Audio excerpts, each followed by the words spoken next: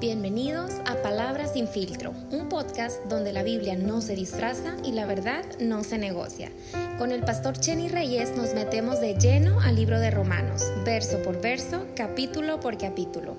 Agarra tu Biblia y abre tu mente, porque aquí venimos a pensar, crecer y vivir diferente. Hola a todos mis hermanos y amigos, aquí estoy de nuevo.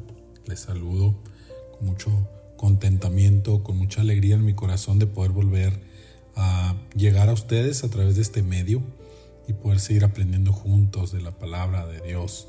Hoy veremos la segunda parte del capítulo 11.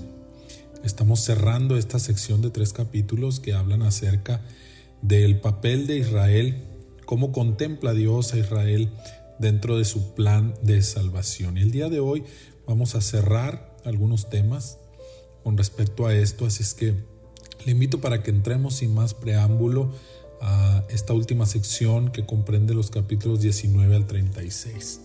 Entramos a la última sección de este tema de Pablo con respecto al lugar del pueblo judío dentro del plan redentor.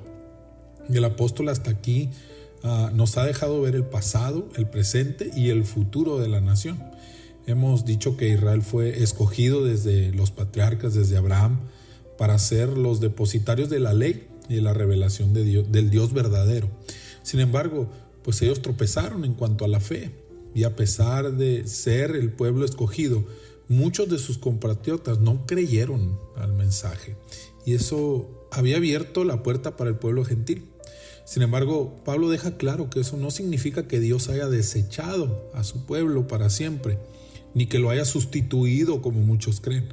Solo lo ha puesto en pausa para extender su misericordia a todas las naciones, al resto de las naciones. Quiero que comencemos retomando desde el versículo número 16, porque desde allí inicia Pablo con una alegoría que contempla un árbol de olivo para ser exacto.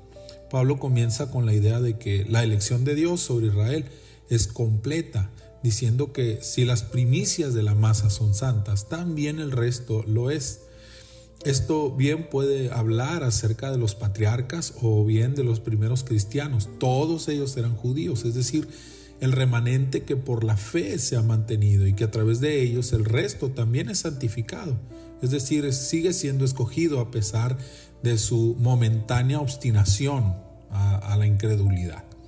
Luego dice que si la raíz es santa, también lo son las ramas. Otra vez, lo que está tratando de explicar es que si Israel fue escogido desde el principio y ellos componen la raíz de la fe a través de los patriarcas o a través de los cristianos en un principio, todos ellos judíos, el resto de ellos también comparten esa misma elección.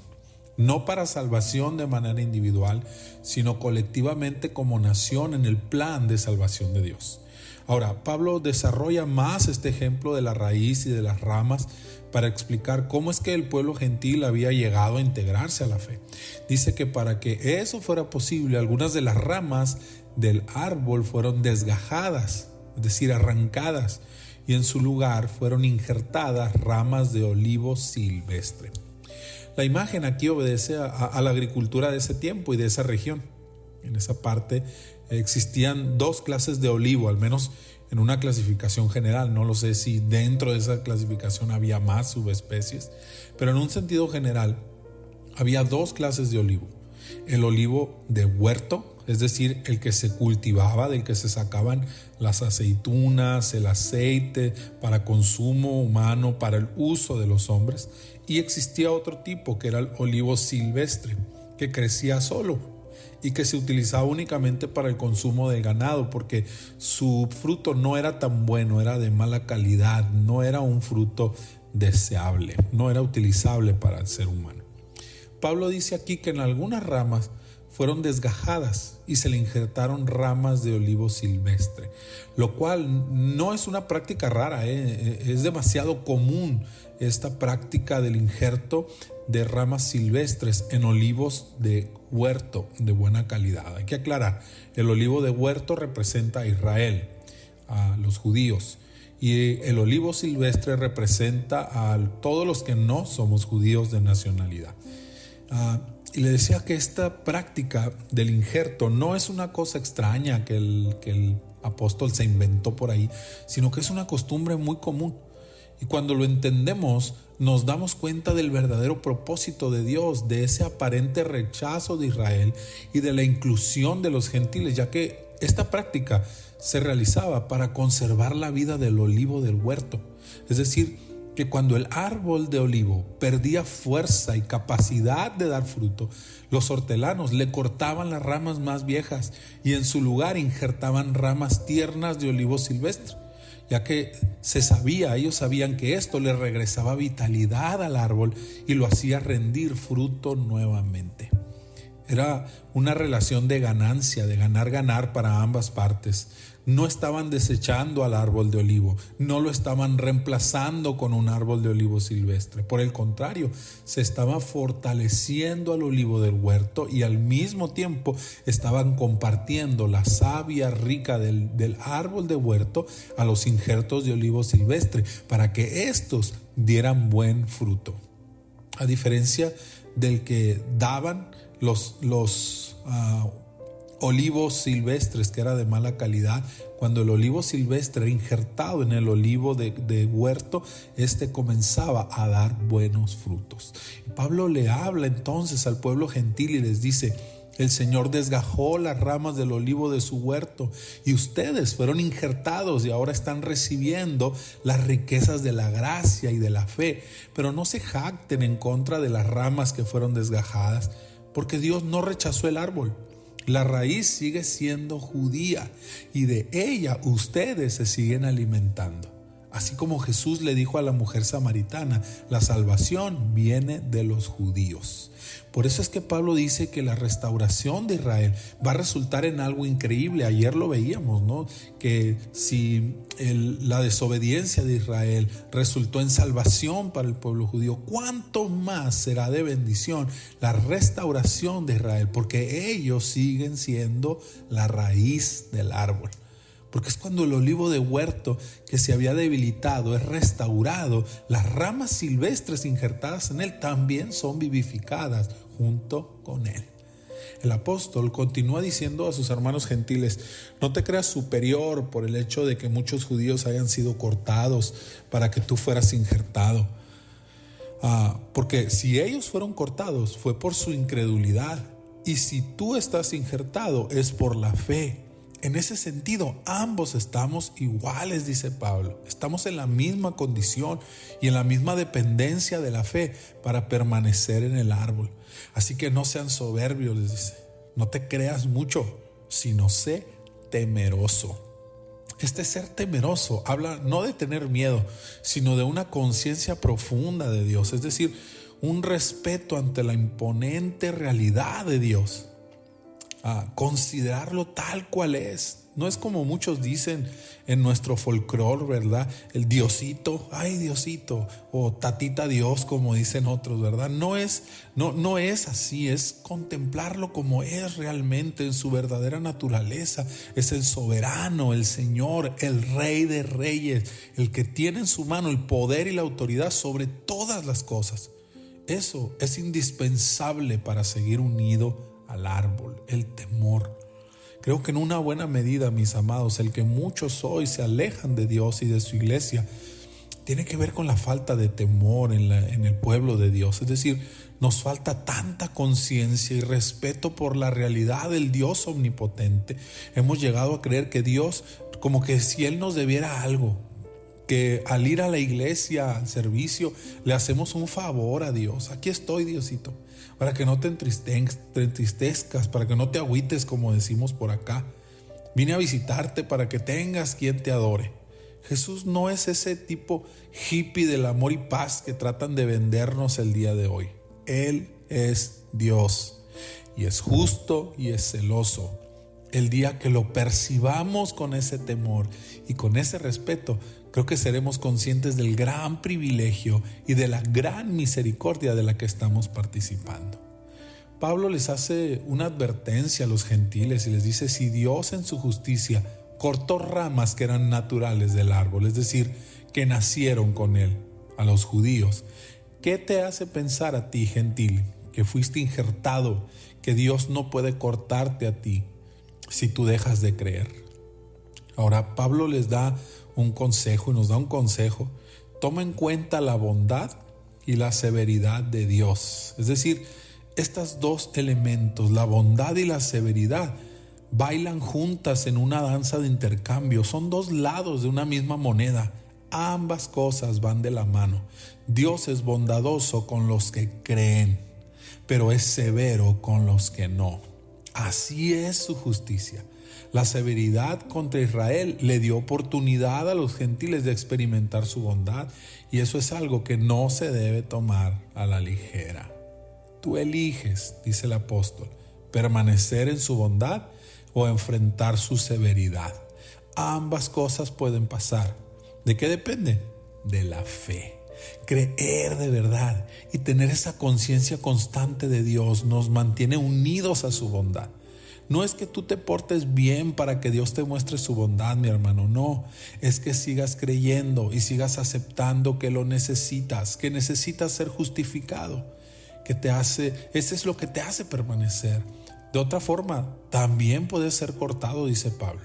Ojo, no estoy diciendo que la salvación se pierde, sino que dejamos de alcanzarla, que tal vez nunca la tuvimos. Aquellos que pierden la fe es que tal vez nunca fueron completamente salvos.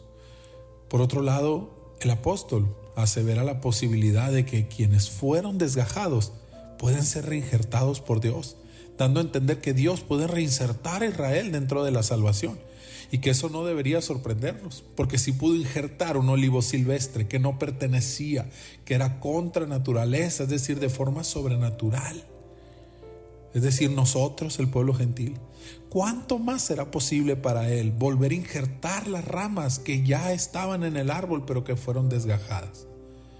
Ahora, a partir del versículo 25, Pablo habla acerca de la restauración futura de Israel a la fe que desde un principio Dios propició para ellos. Pablo les dice: hermanos gentiles, no quiero que ignoren este misterio.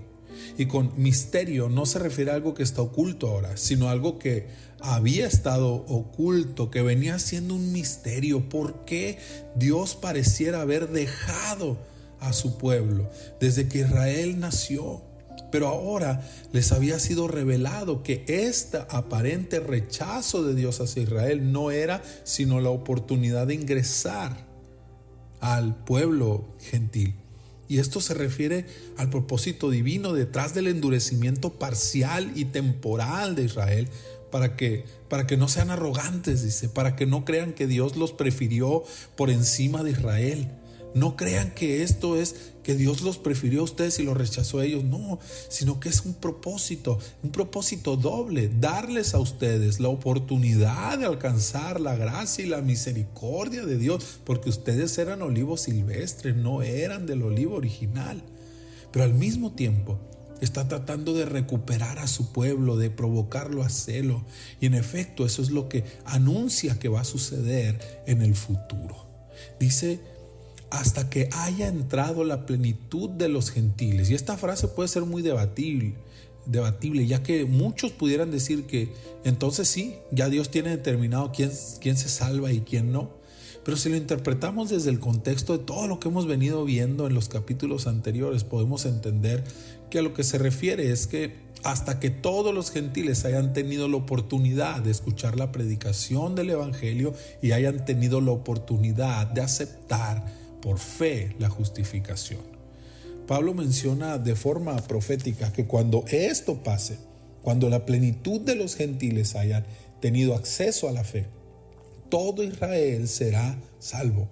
Y este todo no se refiere a todas las personas judías en todos los tiempos, sino a esa generación presente en ese momento, es decir, los que van a estar vivos en ese momento en que Dios diga: ok, mi evangelio ha sido predicado. Esa fue la ordenanza de Jesús. Dice: será predicado este evangelio del reino para testimonio a todas las naciones, y entonces vendrá el fin. Entonces, cuando ese momento llegue, se refiere a esa generación en que la plenitud de los gentiles haya sido alcanzada. Es ahí donde entra la semana 70 de Daniel, ya lo había mencionado en alguna ocasión. Hasta ahora, la Biblia nos narra que pasaron 69 semanas, que terminaron ¿cuándo? En la llegada del Mesías. Pero luego se hizo una pausa. Se quedó en la semana 69 y entró una pausa para que todos los gentiles tuviéramos oportunidad de escuchar el Evangelio. Pero luego el plan se va a reanudar con la semana 70, donde Israel va a reconocer a su Mesías y van a encontrar salvación. Habla de un arrepentimiento colectivo de toda la nación de Israel que está viva en ese tiempo, donde van a aceptar a Jesús como el Mesías prometido. ¿Puede imaginarlo?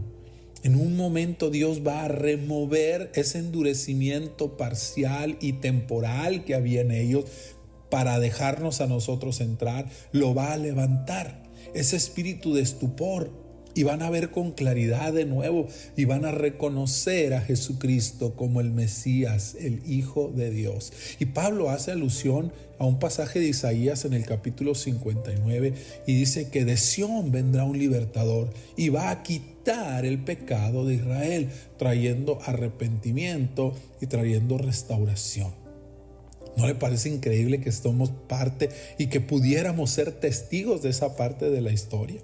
Es increíble, es una historia que aún se está escribiendo y de la que nosotros estamos siendo parte. Pablo conecta la restauración de Israel con un nuevo pacto, la salvación final de Israel, que va a consistir en un arrepentimiento y perdón de pecados, y no solo en una restauración política, ¿ok? No se trata de restituir a Israel políticamente, sino como un arrepentimiento genuino y un perdón de pecados para todos ellos. Todo esto demostrando que la elección de Dios por Israel no desapareció, solamente se puso en pausa. ¿Para qué? Para que tú y yo, los gentiles, pudiéramos entrar.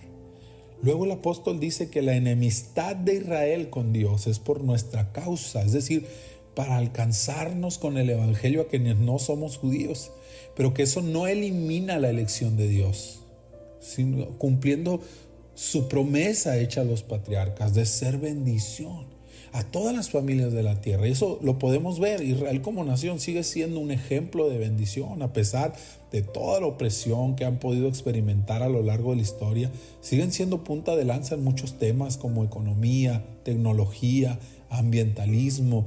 La bendición prometida aún los alcanza. Y eso es testimonio de que Dios no los ha dejado, de que Dios no quitó su elección de sobre ellos. Tal vez no están siendo salvos en este momento, pero sí están siendo testimonio de la bendición de Dios y de su elección por ellos. Dice Pablo, porque los dones y los llamamientos de Dios son irrevocables, dando a entender que la elección de Dios por Israel en forma colectiva no ha desaparecido, aún a pesar de los tropiezos que ellos han tenido a lo largo de la historia. Dios no ha cancelado su llamado a tener un papel importante dentro del plan de redención para el mundo entero. En los versículos 30 y 31, Pablo menciona un círculo de reciprocidad redentora, si podemos decirle así.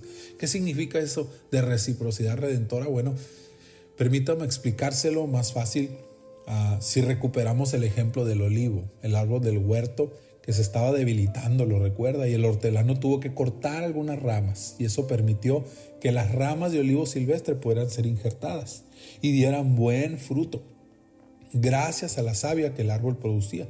Pero al mismo tiempo esas ramas de olivo silvestre le dieron vitalidad al árbol del huerto.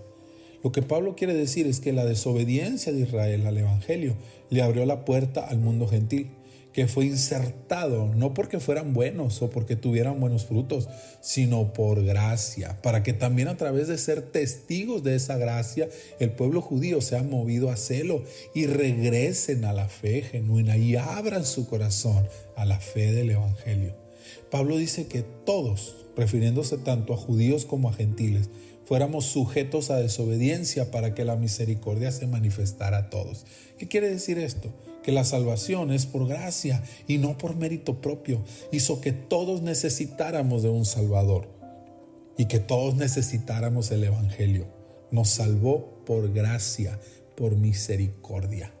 El apóstol termina este capítulo con una doxología.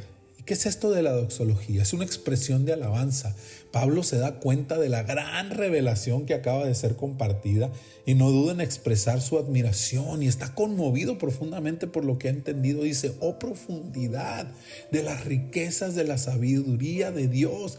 Es como que Pablo se detuviera a considerar todo lo que acaba de decir y exclama, wow, Señor, qué increíblemente sabio eres. Lo tenías todo planeado desde el principio. Nada te sorprende. Todo lo utilizas, hasta nuestros errores, para cumplir tu propósito. Dice que sus juicios son inescrutables y sus caminos insondables. Es decir, no que sean irracionales, sino que van más allá de nuestro entendimiento humano. Solo la sabiduría de Dios puede entender a cabalidad las cosas que están pasando. Y los seres humanos solo podemos responder con un gran asombro y con una gran devoción ante nuestro gran y sabio Dios.